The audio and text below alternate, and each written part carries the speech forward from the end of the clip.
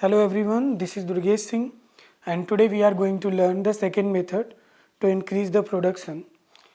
And we have already talked of the multiple cropping is the one way to increase the production on the same piece of land. As we have already known that कि land is fixed, तो land को हम extend करके और ज़्यादा उसमें land को include करके हम production नहीं बढ़ा सकते. So we have talked of the another way to increase the production. So one was the multiple cropping, that in a 1 year we can use the same piece of land to grow different kinds of crops so that we can increase the overall production.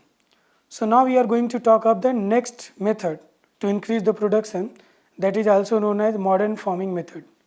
So अगर हम इसके नाम से देखें, if we go by its name, तो इसका मतलब ये है कि we will use new technology to increase the production. So in this video we will try to understand what is modern farming method and how it will work. So let us start. So in this modern farming method we will use HYB seeds, fertilizers, pesticide, irrigation. Irrigation एक better system होना चाहिए irrigation का, इधर with a canal और pump set और electricity या tubewell and new machines like tractor, harvesters. So these are the things that are required to do production. So to get higher yield we need these things. Now yield क्या है, what is yield? तो yield जो है एक particular single season में जो भी production होता है उसी के कैलकुलेशन को बोलते हैं yield. सो हायर yield का मतलब प्रोडक्शन ज़्यादा है. तो 1960s तक अगर हम देखें तो जो फार्मर्स थे उनका जो तरीका था फार्मिंग का वो ट्रेडिशनल था. तो ट्रेडिशनल में क्या करते थे, वो जो उनके पास जैसे सीड्स वो ग्रो करने के प्रोडक्शन के बाद जो उनके पास अनाज होते थे, जैसे वीट है, तो वीट जो उनके पास होते थे उसमें से कुछ वीट का पार्ट सीड के लिए वो रख लेते थे और नेक्स्ट टाइम फिर वही सीड्स जो है वो खेतों में डाल देते थे, फिर प्रोडक्शन होता था.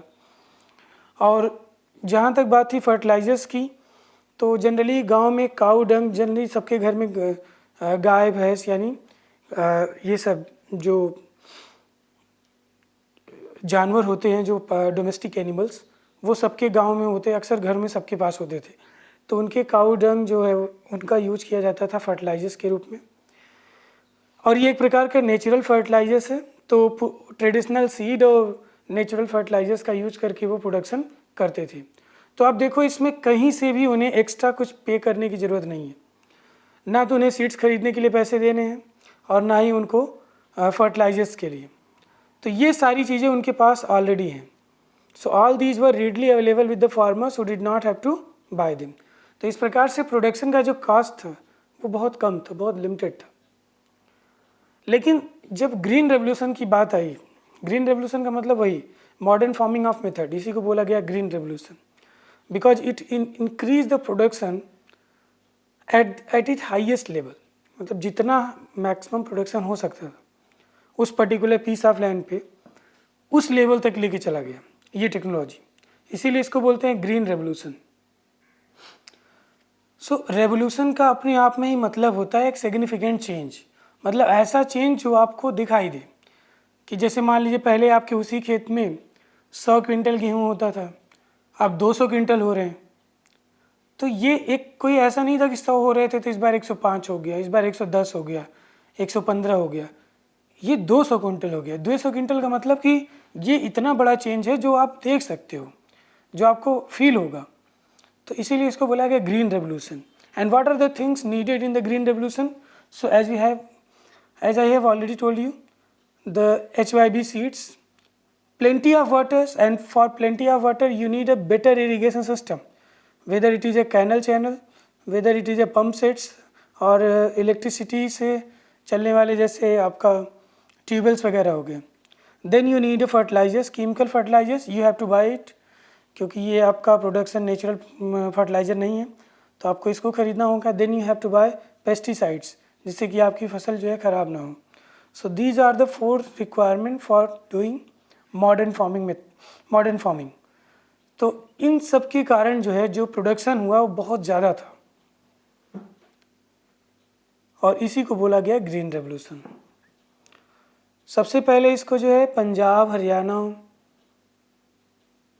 वेस्टर्न उत्तर प्रदेश ये लोग थे जो इन्होंने फर्स्ट टाइम पे इन्होंने मॉडर्न फार्मिंग मेथड्स को अडॉप्ट किया and they are the first to benefited from it. तो जब इन्होंने सबसे पहले इसको यूज किया तो इनको ही सबसे ज़्यादा पहले फ़ायदे मिले। तो इस जगह पे ऐसा क्यों, इन्हीं सेक्टर्स में या इन्हीं एरियाज़ में इसको क्यों किया गया? क्योंकि उनके पास एक बेटर इरिगेशन सिस्टम पहले से था।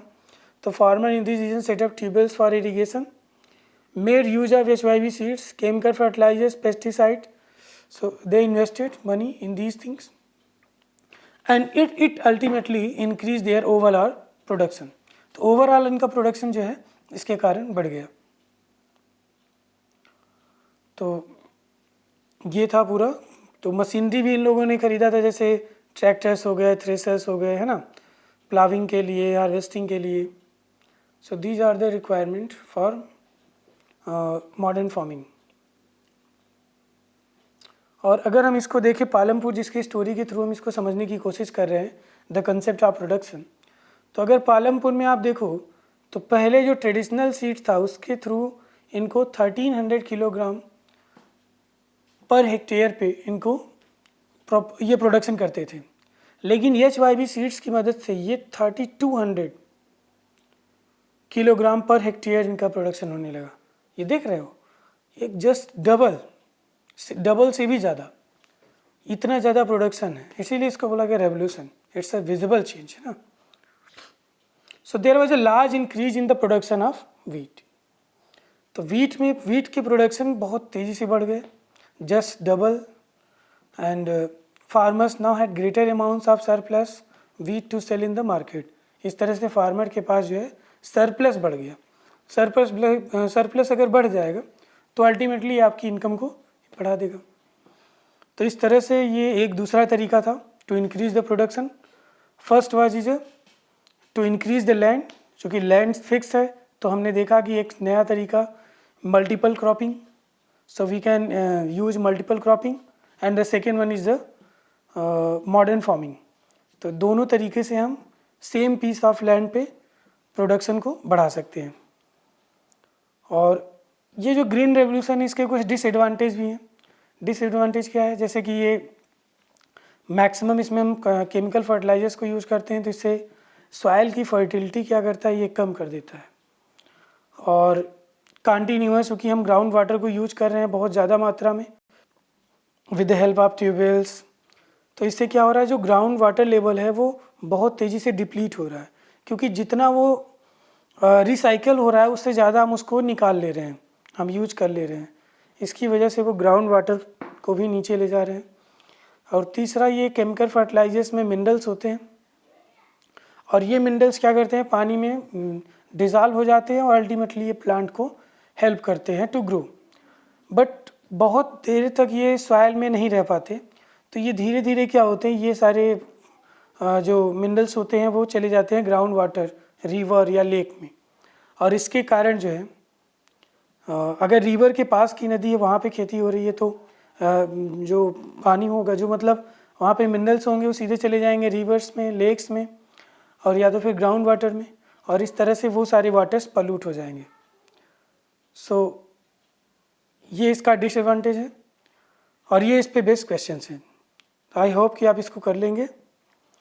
So this is the end of this video. Thank you for listening and God bless you all.